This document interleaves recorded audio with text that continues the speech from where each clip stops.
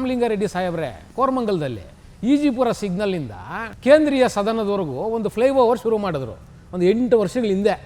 8 ವರ್ಷ ಆದ್ರೂ 1 ಕಿಲೋಮೀಟ್ರ್ ಅಥವಾ 1.25 ಕಿಲೋಮೀಟ್ರ್ ಇರ್ಬೋದು ಆ ಫ್ಲೈಓವರು. ಈ 8 ವರ್ಷಗಳಿಂದ ನೀವು ಆ ಒಂದು ಫ್ಲೈಓವರ್ನ ನಿಮ್ಮ ಕ್ಷೇತ್ರದಲ್ಲಿ ನೀವು ಕಂಪ್ಲೀಟ್ ಮಾಡೋಕ್ಕಾಗಿಲ್ಲ. ನಿಮಗೆ ಬೆಂಗಳೂರು ನಗರಾಭಿವೃದ್ಧಿ ಬೇಕಾ ಸ್ವಾಮಿ? ಅದಕ್ಕೋಸ್ಕರ ನೀವು ಮುನಿಸ್ಕೊಂಡು ರಾಜೀನಾಮೆ ಕೊಟ್ಟು ನಿಮ್ಮ ಸ್ವಾಭಿಮಾನನ ಕೊನೆಗೆ ತಗೊಂಡೋಗಿ ರಾಹುಲ್ ಗಾಂಧಿ ಪಾದಕ್ಕೆ ಅದ ಇಟ್ಟು ಈಗ ಮತ್ತೆ ನೀವು ನೀರಾವರಿ ಇಲಾಖೆ ಅಂತ ತಗೊಂಡಿದ್ದೀರಾ ಅಲ್ವಾ? ನಿಮ್ಮದೇ ಕ್ಷೇತ್ರದಲ್ಲಿದೆ ಅದು. ಬೆಂಗಳೂರು ಅಭಿವೃದ್ಧಿನ ಆಮೇಲೆ ತಗೊಳ್ಳಿವ್ರಂತೆ ಏನಾನ ಕೊಟ್ಟರೆ ನಿಮ್ಮ ಸರ್ಕಾರದ. ಕೆ ಎಚ್ ಮುನಿಯಪ್ಪನವರು ಆಹಾರ ಇಲಾಖೆ ನನಗೆ ಬೇಡ, ನಾನು ಬಡಬಗ್ಗರದು ಸೇವೆ ಮಾಡಬೇಕು, ದೀನದಲಿತರ ಸೇವೆ ಮಾಡಬೇಕು, ಆ ಕಾರಣಕ್ಕೋಸ್ಕರ ನನಗೆ ಸಮಾಜ ಕಲ್ಯಾಣ ಇಲಾಖೆನ ಕೊಡಿ ಅನ್ನೋದು ಅವ್ರದ್ದೊಂದು ಬೇಡಿಕೆ. ಸಮಾಜ ಕಲ್ಯಾಣ ಇಲಾಖೆ ಯಾಕೆ ಬೇಕು ಅಂದರೆ ಬಡಬಗ್ಗರು ಸೇವೆ ಮಾಡಬೇಕು ಅಂತ. 50 ವರ್ಷದಿಂದ ನೀವು ಮಾಡಿರೋ ಸೇವೆ ನೋಡಿದ್ದೀವಲ್ಲ ಸ್ವಾಮಿ ನಾವು. 50 ವರ್ಷದಿಂದ ನೀವು ಮಾಡದೇ ಇರೋ ಸೇವೆನ ಬಡಬಗ್ಗರದನ್ನ ಇನ್ನು ಈ 2 ವರ್ಷದಲ್ಲಿ ಇನ್ನೇನು ಮಾಡಿರಿ ನೀವು? ರೇಷನ್ ಡಿಪೋಗಳು ಯಾರಿಗೆ ಇಟ್ಟಿದ್ದೀರಾ? ಏನು ಶ್ರೀಮಂತರಿಗೆ ಇಟ್ಟಿದ್ದೀರಾ? ಅದು ಬಡವ್ರ ಸೇವೆ ಅಲ್ವಾ? ತಂಬು ಕೊಡೋಕೆ ಹೋದರೆ 3 ದಿವಸ 4 ದಿವಸ ತಂಬು ತಗೊಳ್ಳಲ್ಲ. ಕೇಳಿದ್ರೆ ಸರ್ವರ್ಗಳು ಡೌನು ಅಂತೀರಾ. ಆ ಕೂಲಿ ಮಾಡೋ ಜನ ಪಾಪ ಗಾರ್ಮೆಂಟ್ಸ್ಗೆ ಹೋಗೋ ಹೆಣ್ಮಕ್ಳು 3 ದಿವಸ 4 ದಿವಸ ಕೆಲಸಗಳಾಗ್ಬಿಟ್ಟು ಕ್ಯೂವಲ್ಲಿ ನಿಂತವ್ರೆ. ಅದನ್ನು ಸರಿ ಮಾಡೋದಕ್ಕೆ ನಿಮ್ಗೆ ಆಗ್ತಿಲ್ಲ. ನಿಮಗೆ ಸಮಾಜ ಕಲ್ಯಾಣ ಇಲಾಖೆ ಬೇಕು. ಅದು ನೀವು ಕೂಡ ಇಲ್ಲ 5 kg ಅಕ್ಕಿಗೆ ಅವ್ರು 4 ದಿವಸ ಕೆಲಸಕ್ಕೆ ಹೋಗಿಲ್ಲ ಅಂದರೆ ಅಂಗಡಿನಲ್ಲಿ 20 kg ಅಕ್ಕಿ ತಗೋಬೋದು. ಆ ಬರೋ ಸಂಬಳದ ದುಡ್ಡಿಗೆ ಸ್ವಲ್ಪ ತಲೆನಲ್ಲಿ ಕೆಲಸ ಇಟ್ಕೊಂಡು ಕೆಲಸ ಮಾಡಿ. ಕೃಷ್ಣ ಬೈರೇಗೌಡರು ಹೇಳ್ತಿರೋದೇನು? ಬೆಂಗಳೂರು ಅಭಿವೃದ್ಧಿ ಖಾತೆಯಲ್ಲಿ BDA ಮತ್ತು BMRDAನ ಸಪರೇಟ್ ಮಾಡಿಕೊಟ್ಟಿದ್ದಾರೆ. ನನಗೆ ಆ 2 ಇಲಾಖೆನ ಕೊಡೋದಾದರೆ ಇದ್ರ ಜೊತೆನಲ್ಲಿ ಸೇರಿಸಿ ಕೊಡಿ, ಇಲ್ಲ ಅಂದರೆ ನನಗೆ ನಗರಾಭಿವೃದ್ಧಿ ಇಲಾಖೆ ಬೇಡ, ಬೆಂಗಳೂರು ನಗರಾಭಿವೃದ್ಧಿ ಇಲಾಖೆ ಅನ್ನೋದು. ನೀವು ಇಷ್ಟು ವರ್ಷದ ನಿಮ್ಮ ದೀರ್ಘಕಾಲದ ರಾಜಕಾರಣದಲ್ಲಿ ನೀವು DK ಶಿವಕುಮಾರ್ ಅವ್ರನ್ನ ತುಂಬ ಹತ್ತಿರದಿಂದ ನೋಡಿದ್ದೀರಿ. ಮತ್ತು ನಿಮ್ಮ ಹತ್ತಿರದ ಸಹವರ್ತಿಗಳು ಕೂಡ ಅವರು. ನಿಮಗೆ ಗೊತ್ತಿಲ್ವಾ ಅವ್ರ ನಡವಳಿಕೆಗಳು, ಅವ್ರ ಆ್ಯಕ್ಟಿಟ್ಯೂಡು, ಅವ್ರ ಸ್ವಭಾವ? ನಿಮಗೆ ಎಲ್ಲಾದ್ರೂ BDA ಮತ್ತು BMRDA ಕೊಟ್ಬಿಡ್ತಾರೆ DK ಶಿವಕುಮಾರ್ ಅವರು? ಅದನ್ನು ಹೊರಗಿಟ್ಟೇ ಕೊಡೋದು. BDA ಮತ್ತು BMRCLಲ್ಲೇ ತುಂಬ ಹಾಲು ಕರಿಯೋದು. ಹಾಲು ಕರಿ ಹಸನ ಬಂದು ನಿಮ್ಗೆ ಮನೆ ಕಟ್ತಾರೆ ಅವರು. ಅವ್ರಿಗೇನು ತಲೆ ಕಟ್ಟಿದೆ DK ಶಿವಕುಮಾರ್ಗೆ? ಹೇಳ್ರಿ, ಬೇಕಾದರೆ ನಗರಾಭಿವೃದ್ಧಿ ನಿಮ್ಮ ಹತ್ರ ಕಿತ್ಕೊತಾರೆ ಅವರು. ಯಾವುದೇ ಕಾರಣಕ್ಕೂ ನಿಮಗೆ ಕೊಡಲ್ಲ ಅದು.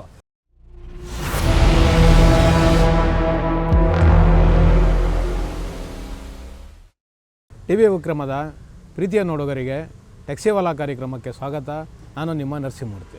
ವೀಕ್ಷಕರೇ, ಕರ್ನಾಟಕದಲ್ಲಿ ನಿರುತ್ಸಾಹಿಗಳ ಹಳೇ ಮುಖಗಳ ಹೊಸ ಸಚಿವ ಸಂಪುಟ ರಚನೆ ಆಗಿದೆ. ನಾನೇನಕ್ಕೆ ನಿರುತ್ಸಾಹಿಗಳ ಹಳೇ ಮುಖಗಳ ಹೊಸ ಸಚಿವ ಸಂಪುಟ ಅಂತ ಹೇಳ್ತಿದ್ದೀನಿ ಅಂದರೆ, ಈಗ ಏನು ರಚನೆ ಆಗಿದೆ ಹೊಸ ಸಚಿವ ಸಂಪುಟ ಅಂತ ಏನು DK ಶಿವಕುಮಾರ್ ಅವರು ಹೇಳ್ತಿದ್ದಾರಲ್ಲ, ಎಲ್ಲ ಹಳೇ ಮುಖಗಳ ಹೊಸ ಮುಖ್ಯಮಂತ್ರಿಯ ಒಂದು ಸಚಿವ ಸಂಪುಟ. ಇನ್ನು ಏನು ನಮ್ಮದೆಲ್ಲ ನಿರೀಕ್ಷೆಗಳೇನಿತ್ತು? DK ಶಿವಕುಮಾರ್ ಅವರು ಮುಖ್ಯಮಂತ್ರಿ ಆಗಿದ್ದಾರೆ. ಇಲ್ಲಿ ಬಡಬಗ್ಗರ ಬಗ್ಗೆ, ಸಾರ್ವಜನಿಕರ ಬಗ್ಗೆ, ಇಲ್ಲಿರೋ ಸಮಸ್ಯೆಗಳ ಬಗ್ಗೆ ಏನಾದರೂ ಚರ್ಚೆಗಳಾಗ್ತವೆ, ನಮಗೊಂದಷ್ಟು ಪರಿಹಾರಗಳು ಸಿಕ್ಕುತ್ತೆ ಅಂತ ನಾವೆಲ್ಲ ಬಕ್ಪಕ್ಷಿಗಳ ಥರ ಕಾತುರದಿಂದ ನೋಡ್ತಾ ಇದ್ವಿ. ಆದರೆ ಇವತ್ತು ಏನಾಗ್ತಿದೆ ಕರ್ನಾಟಕದಲ್ಲಿ ಅಂದರೆ, ಈಗ ಒಂದು 13 ಜನ ಮಂತ್ರಿಗಳಿಗೆ ಖಾತೆಗಳನ್ನ ಕೊಟ್ಟಾಗಿದೆ ಈಗಾಗಲೇ.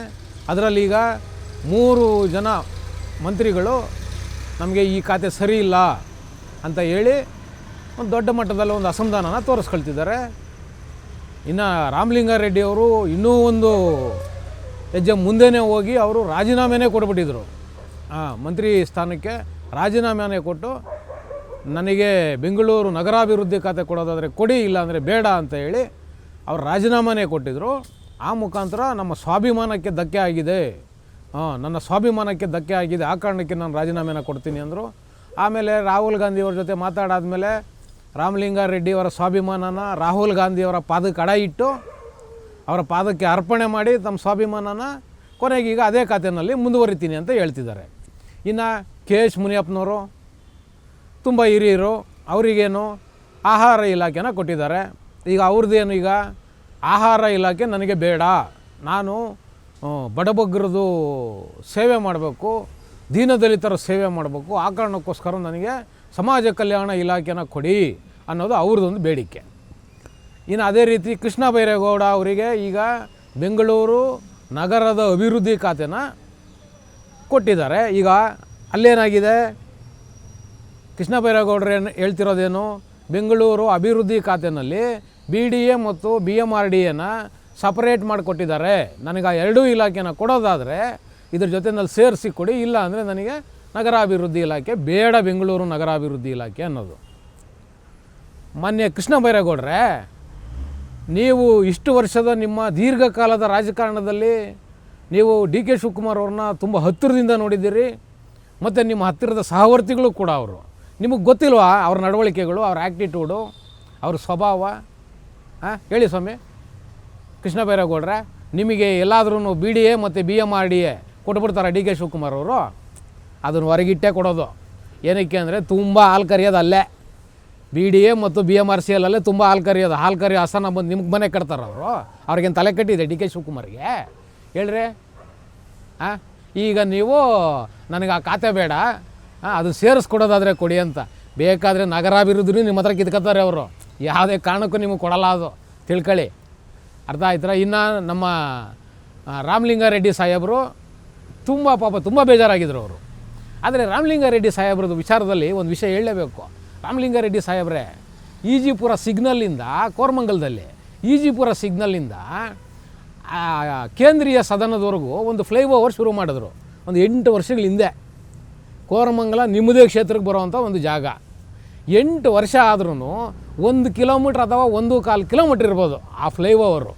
ಈ 8 ವರ್ಷಗಳಿಂದ ನೀವು ಆ ಒಂದು ಫ್ಲೈಓವರ್ನ ನಿಮ್ಮ ಕ್ಷೇತ್ರದಲ್ಲಿ ನೀವು ಕಂಪ್ಲೀಟ್ ಮಾಡೋಕ್ಕಾಗಿಲ್ಲ. ನಿಮಗೆ ಬೆಂಗಳೂರು ನಗರಾಭಿವೃದ್ಧಿ ಬೇಕಾ ಸ್ವಾಮಿ? ಹೇಳಿ, ಯಾವ ಕಾರಣಕ್ಕೆ ಸ್ವಾಮಿ ನೀವು ಈ ಮುನ್ಸೋ ಸರಿಯಾಗಿ ಒಂದು ಫ್ಲೈಓವರ್ ಕಟ್ಟೋಕ್ಕಾಗಿಲ್ಲ? ಅದು ಏನು ಬೇರೆ ಏರಿಯಾದಲ್ಲಿ ಆದರೂ ಪರವಾಗಿಲ್ಲ, ಬಿಟ್ಬಿಡೋಣ. ನಿಮ್ಮದೇ ಕ್ಷೇತ್ರ ಸ್ವಾಮಿ ಕೋರಮಂಗಲ BTM ಲೇಔಟಿಗೆ ಬರೋದು. ಅದರಲ್ಲಿ 1.25 ಕಿಲೋಮೀಟ್ರ್ ಒಂದು ಫ್ಲೈಓವರ್ ಕೊಟ್ಟು ಮಾಡಿಸ್ಕೊಟ್ಟು ಜನರಿಗೆ ಓಡಾಡೋದಕ್ಕೆ ಅನುಕೂಲ ಆಗೋ ಥರ ಮಾಡಿಕೊಟ್ಟಿಲ್ಲ ನೀವು. ನಿಮಗೀಗ ನಗರಾಭಿವೃದ್ಧಿ ಬೇಕು ಬೆಂಗಳೂರದು.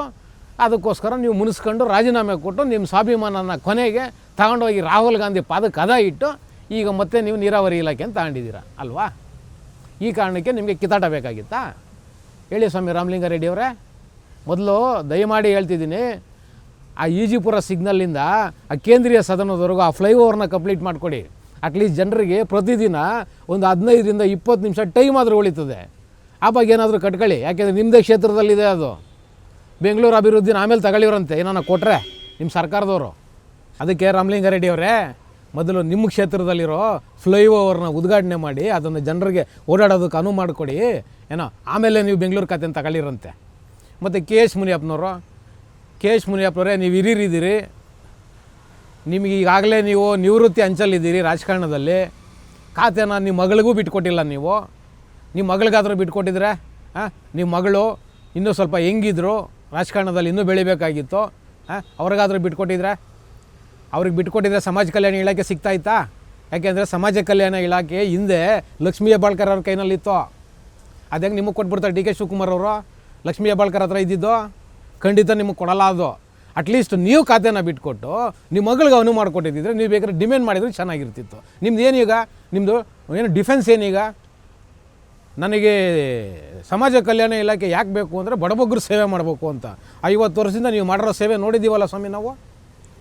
50 ವರ್ಷದಿಂದ ನೀವು ಮಾಡದೇ ಇರೋ ಸೇವೆನ ಬಡಬಗ್ರದನ್ನ ಇನ್ನು ಈ 2 ವರ್ಷದಲ್ಲಿ ಇನ್ನೇನು ಮಾಡಿರಿ ನೀವು? ಯಾಕೆ ನಿಮಗೆ ಕೊಟ್ಟಿರೋ ಖಾತೆನಲ್ಲಿ ಏನು ಬಡಬಗ್ರಿಲ್ವ ಅದರಲ್ಲಿ? ಯಾರಿಗೆ ಸ್ವಾಮಿ ನೀವು ಅನ್ನ ಕೊಡ್ತಿರೋದು? ನೀವು ಅಕ್ಕಿ ಕೊಡ್ತಿರೋದು ಯಾರಿಗೆ? ರೇಷನ್ ಡಿಪೋಗಳು ಯಾರಿಗೆ ಇಟ್ಟಿದ್ದೀರಾ? ಏನು ಶ್ರೀಮಂತರಿಗೆ ಇಟ್ಟಿದ್ದೀರಾ? ಅದು ಬಡವ್ರ ಸೇವೆ ಅಲ್ವಾ? ಇವತ್ತು 20ನೇ ತಾರೀಕು 25ನೇ ತಾರೀಕು ರೇಷನ್ ಅಂಗಡಿಯಲ್ಲಿ ಅಕ್ಕಿ ಕೊಡ್ತಿದ್ದೀರಿ. ಅದನ್ನು ಸರಿ ಮಾಡಿದ್ರೆ ಬಡವ್ರ ಸೇವೆ ಅಲ್ವಾ ಸ್ವಾಮಿ ಅದು? ತಂಬು ಕೊಡೋಕೆ ಹೋದರೆ 3 ದಿವಸ 4 ದಿವಸ ತಂಬು ತಗೊಳ್ಳಲ್ಲ. ಕೇಳಿದ್ರೆ ಸರ್ವರ್ಗಳು ಡೌನು ಅಂತೀರಾ. ಆ ಕೂಲಿ ಮಾಡೋ ಜನ ಪಾಪ ಗಾರ್ಮೆಂಟ್ಸ್ಗೆ ಹೋಗೋ ಹೆಣ್ಮಕ್ಳು 3 ದಿವಸ 4 ದಿವಸ ಕೆಲಸಗಳಾಗ್ಬಿಟ್ಟು ಕ್ಯೂವಲ್ಲಿ ನಿಂತವ್ರೆ. ಅದನ್ನು ಸರಿ ಮಾಡೋದಕ್ಕೆ ನಿಮ್ಗೆ ಆಗ್ತಿಲ್ಲ. ನಿಮಗೆ ಸಮಾಜ ಕಲ್ಯಾಣ ಇಲಾಖೆ ಬೇಕು, ಅದು ಏನು ಬಡಬಗ್ಗರ ಅಭಿವೃದ್ಧಿಗೆ. ಇಲ್ಲಿ ಯಾರು ಸ್ವಾಮಿ ಕ್ಯೂವಲ್ಲಿ ನಿಂತಿರೋದು? ಅದೇ ಬಡಬಗ್ರೆ ಸ್ವಾಮಿ. ನೀವು ಯಾವ ಬಡಬಗ್ರು ಅಭಿವೃದ್ಧಿ ಅಂತ ಹೇಳ್ತಿದ್ದೀರಲ್ಲ, ಅದೇ ಬಡಬಗ್ರೆ ಇಲ್ಲಿ 3 ದಿವಸ 4 ದಿವಸ ಕೆಲಸಗಳಿಗೆ ರಜಾ ಹಾಕಿ ಪಾಪ ಕ್ಯೂವಲ್ಲಿ ನಿಂತು ಅಕ್ಕಿ ತಗೊತಾ ಇರೋದು. ಇದನ್ನು ಮಾಡಿರಿ ಅಂದರೆ ಇದನ್ನು ಬಿಟ್ಟುಬಿಟ್ಟು ಬೇಡದು ಕೊಟ್ಟಿರೋ ಖಾತೆನ ಬಿಟ್ಟು ಬೇಡದೇ ಇರೋ ಖಾತೆಗೆ ಗುದ್ದಾಡ್ತಾ ಇದ್ದೀರಲ್ಲ ಸ್ವಾಮಿ. ಮುನಿಯಪ್ಪನವರೇ, ದಯವಿಟ್ಟು ಇಲ್ಲೂ ಕೆಲಸ ಮಾಡೋದಕ್ಕೆ ತುಂಬ ಅವಕಾಶಗಳಿದೆ. ಅದೇನು ಸರ್ವರ್ಗಳ ಸಮಸ್ಯೆ ಆಗ್ತಿದೆ, ಆ ಸರ್ವರ್ ಸಮಸ್ಯೆನ ಸರಿ ಮಾಡಿ ಆ ಹೆಣ್ಣುಮಕ್ಕಳು ಪಾಪ 3 ದಿವಸ ಕೆಲಸಕ್ಕೆ ರಜೆ ಹಾಕಬೇಕಾಗಿದೆ. ಫ್ಯಾಕ್ಟ್ರಿಗಳಲ್ಲಿ ಅಷ್ಟು ದಿವಸ ರಜೆ ಹಾಕಿದ್ರೆ ಕೆಲಸಕ್ಕೆ ತೊಗೊಳ್ಳಲ್ಲ, ಮತ್ತೆ ವಾಪಸ್ ಹೋದರೆ ಗೋಗರಿತಿದ್ದಾರೆ ಆ ಹೆಣ್ಮಕ್ಳು. ಮತ್ತು ಸಂಬಳಗಳು ಕಟ್ ಮಾಡ್ತಾರೆ. ಕೆಲಸಕ್ಕೆ ಹೋಗಿಲ್ಲ ಅಂದರೆ ಸಂಬಳಗಳು ಕಟ್ ಆಗುತ್ತೆ. ನೀವು ಕೊಡೋ ಇಲ್ಲ 5 kg ಅಕ್ಕಿಗೆ ಅವ್ರು 4 ದಿವಸ ಕೆಲಸಕ್ಕೆ ಹೋಗಿಲ್ಲ ಅಂದರೆ ಅಂಗಡಿನಲ್ಲಿ 20 kg ಅಕ್ಕಿ ತಗೋಬೋದು. ಆ ಬರೋ ಸಂಬಳದ ದುಡ್ಡಿಗೆ ಸ್ವಲ್ಪ ತಲೆನಲ್ಲಿ ಕೆಲಸ ಇಟ್ಕೊಂಡು ಕೆಲಸ ಮಾಡಿ. ಒಳ್ಳೆಯ ಖಾತೆ ಇದೆ, ಆ ಖಾತೆನಲ್ಲೇ ಬಡಬಗ್ಗರಿಗೆ ಸಾಕಷ್ಟು ಉಪಕಾರ ಮಾಡ್ಬೋದು. ಮಾಡಿ. ನಿಮ್ಗೆ ಯಾವ ಸಮಾಜ ಕಲ್ಯಾಣ ಕಾರ್ಯ ತಗೊಂಡ್ರೆ ನೀವು ಮಾಡೋದು ಅಷ್ಟಾಗೆ ಐತೆ. 50 ವರ್ಷದಿಂದ ನೀವು ಬಡಬಗ್ಗರಿಗೆ ಏನು ಮಾಡಿದ್ದೀರಿ, ನಿಮ್ಮ ಕಮ್ಯುನಿಟಿಗೆ ಏನು ಮಾಡಿದ್ದೀರಿ ಅಂತೇಳ್ಬಿಟ್ಟು ನಮಗೆ ಚೆನ್ನಾಗಿ ಗೊತ್ತಿದೆ. ಸಿಕ್ಕಿರೋ ಅವಕಾಶನ ಸದುಪಯೋಗ ಮಾಡ್ಕೊಂಡು ಒಳ್ಳೆ ಕೆಲಸನ ಮಾಡಿ ಜನರು ಏನು ಕಷ್ಟಪಡ್ತಿದ್ದಾರಲ್ಲ ಆ ಕಷ್ಟನ ಸಾಧ್ಯವಾದಷ್ಟು ಮಟ್ಟಿಗೆ ಕಮ್ಮಿ ಮಾಡಿ ಅಂತ ಹೇಳೋದರ ಮುಖಾಂತರ ಇವತ್ತಿನ ಟ್ಯಾಕ್ಸಿವಾಲಾ ಕಾರ್ಯಕ್ರಮನ ಮುಗಿಸ್ತಾ ಇದ್ದೀನಿ. ಶೇರ್ ಮಾಡಿ, ಸಬ್ಸ್ಕ್ರೈಬ್ ಮಾಡಿ, ಲೈಕ್ ಮಾಡಿ, ಹೆಚ್ಚೆಚ್ಚು ಕಮೆಂಟ್ ಮಾಡೋದರ ಮುಖಾಂತರ ನಮ್ಮನ್ನು ಪ್ರೋತ್ಸಾಹಿಸ್ತೀರಿ. ಟಿವಿ ವಿಕ್ರಮ, ದೇಶ ನಿಮ್ಮ ಕೈಯಲ್ಲಿ. ಈ ಕಾರ್ಯಕ್ರಮ ನಿಮಗೆ ಇಷ್ಟ ಆಗಿದ್ದಲ್ಲಿ ಲೈಕ್, ಶೇರ್ ಹಾಗೂ ಕಮೆಂಟ್ ಮಾಡಿ. ಟಿವಿ ವಿಕ್ರಮದ ಕಾರ್ಯಕ್ರಮಗಳನ್ನು ನಿರಂತರವಾಗಿ ವೀಕ್ಷಿಸಲು ಸಬ್ಸ್ಕ್ರೈಬ್ ಮಾಡಿ, ಬೆಲ್ ಐಕನ್ ಒತ್ತಿ.